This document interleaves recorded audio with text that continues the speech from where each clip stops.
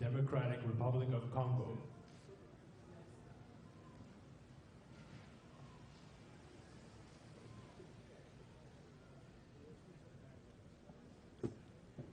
His Excellency Joseph Kabila Kabange, President of the Democratic Republic of the Congo.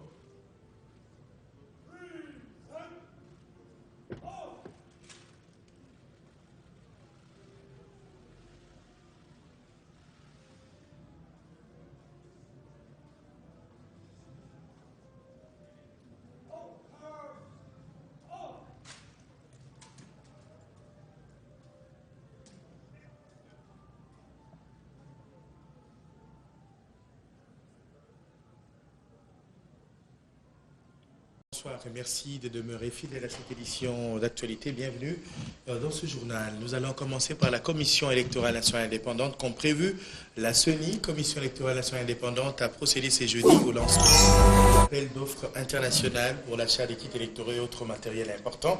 C'est le président de la CENI, Corneille Nangaa, qui a présidé cette cérémonie. Les détails dans nos prochaines éditions d'actualité. Après la publication hier par la CENI du calendrier pour les élections des gouverneurs et vice-gouverneurs, il y a une question qui est restée en suspens. Ces gouverneurs qui seront élus auront-ils un mandat qui durera combien de temps? C'est ça la grande question. Et quand les élections des députés provinciaux seront organisées, qu'adviendra-t-il des gouverneurs élus de 21 nouvelles provinces? Tant des questions restées sans réponse auxquelles le rapporteur de la CENI a répondu aujourd'hui. Arline Bondo, Timothée Piamboula. Ce calendrier partiel qui vient de l'arrêt de la Cour constitutionnelle qui a donné l'injonction à la CENI d'organiser ces élections vient, pour nous l'interpréter comme un correctif qui vient corriger la tentative de la violation de la Constitution par la nomination de commissaires spéciaux.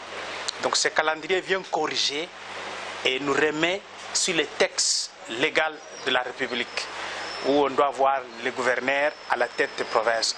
La deuxième chose est une inquiétude. C'est ce que la Cour constitutionnelle avait donné comme injonction à la CENI et la CENI a répondu. Bien sûr, c'est là, après qu'on ait déclaré conforme le règlement des assemblées des nouvelles provinces. Mais notre inquiétude se situe au niveau de l'autre face du processus électoral qui est resté en suspens. C'est-à-dire que ça, ce n'était pas prévu, mais la solution est là. Mais ce qui était prévu, le silence nous semble être total. Il faut partir sur l'appel d'offres. Ce quitte le processus d'achat, d'acquisition, d'appel d'offres prendra encore un minimum de temps. Le temps de passer les commandes prendra encore un autre minimum de temps. Le temps de livraison et le temps de déploiement et le temps d'effectivement de faire le travail. Voilà, autant de choses qui risquent d'avoir l'impact sur le processus électoral. Toutes nos excuses, ça c'était plutôt Jonas Tchumbela, coordonnateur de la nouvelle société civile, qui réagissait par rapport à la publication de ces calendriers d'élection des gouverneurs et vice-gouverneurs. Il estime que ces calendriers vient répondre à une exigence de la Cour constitutionnelle sur la mesure exceptionnelle prise quant à la nomination des commissaires spéciaux. Mais je vous le disais, après la publication du calendrier pour les élections des gouverneurs et vice-gouverneurs, on se pose une question. Ces gouverneurs qui seront élus auront un mandat de combien de temps? C'est ça la grande question. Et quand les élections de députés provinciaux seront organisées, qu'adviendra-t-il des gouverneurs élus de 21 nouvelles provinces? Le rapporteur de la CENI a répondu à toutes ces questions et c'était au micro d'Arline Bondo et Timothée Piamboula. La date des élections de gouverneurs pour les 21 nouvelles provinces est déjà connue. Mais ces gouverneurs sont élus pour quelle mandature? Jean-Pierre Kalamba, rapporteur de la CENI, explique. Ces gouverneurs qu'on doit élire, le corps électoral de ces gouverneurs est constitué de députés provinciaux en cours d'exécution du mandat. Pour un mandat de combien de temps? Pour achever le mandat en cours des gouverneurs actuels. Je prends le cas du Kasaï, province de Kasaï occidental. Mais ce gouverneur-là n'est pas élu pour 5 ans. Il est élu pour terminer le mandat du gouverneur qui exécutait Alex Kande. Il avait un mandat. Et son mandat allait se terminer dès qu'on allait élire les nouveaux députés de la nouvelle législature, lesquels députés devraient élire un gouverneur, c'est celui-là qui va faire remise et reprise avec les gouverneurs qu'on va élire. Et c'est pour 4 jours, je ne sais pas. Pour 50, question que nous organisions les élections de députés provinciaux dont les dossiers sont derrière vous dans mon bureau là. Plus ou moins 24 191 candidats. Et pourquoi la CENI n'a-t-elle pas organisé directement les élections des députés provinciaux? Et on a connu des retards de la loi de répartition des sièges, on les a découplés. Quand on découple les élections, ne pensez pas que c'est un morceau de pain qu'on coupe et est ici. Non. C'est-à-dire, pour les organiser séparés, il faut ajouter l'argent. Et cet argent, il faut négocier avec ceux qui donnent. Soit le gouvernement, soit les bailleurs de fonds, soit les dons et l'aide de votre chaîne de télévision. S'il a l'argent, nous donne à travers le gouvernement. C'est comme ça que les 24 191 candidatures sont sur notre table. Et qu'est-ce qu'il en est des dossiers, des candidatures au poste de gouverneur déposés il y a peu? Jean-Pierre Kalamba précise. Cette liste est valable. Ce que nous faisons n'est qu'une prolongation pour clôturer le dépôt qui était prolongé jusqu'à une certaine période. Nous la prolongeons à partir d'aujourd'hui jusqu'au 20. Ça fait 10 jours. Du 20 à ceci, le calendrier vous sera donné. Et ces gens-là sont candidats, ils vont battre campagne le 26 mars. On va élire les nouveaux gouverneurs qui vont remplacer les commissaires spéciaux. Vous ne voulez plus que les commissaires spéciaux partent. Et le bureau de la Commission électorale nationale indépendante, représenté par son vice-président Norbert Bassenghezi, a tenu une séance de travail avec les partenaires techniques et financiers intervenant dans le processus électoral en République démocratique du Congo. Au menu, la sensibilisation de tous ces partenaires sur l'éducation civique et électorale. Bébé Diankoulou.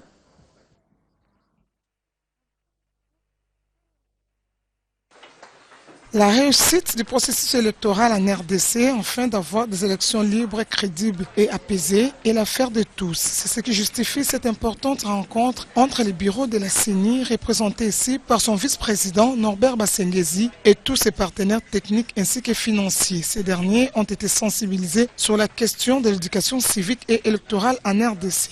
Norbert Bassenghezi, vice-président de la CENI. Nous avons voulu réunir tous les partenaires en matière de financement, de l'éducation civique et électorale, en matière de sensibilisation. Il s'agit du PNID dans le cadre du projet PASEC, c'est-à-dire du programme d'appui au cycle électoral au Congo, de la MONUSCO, du Canada, de la France, de la Belgique,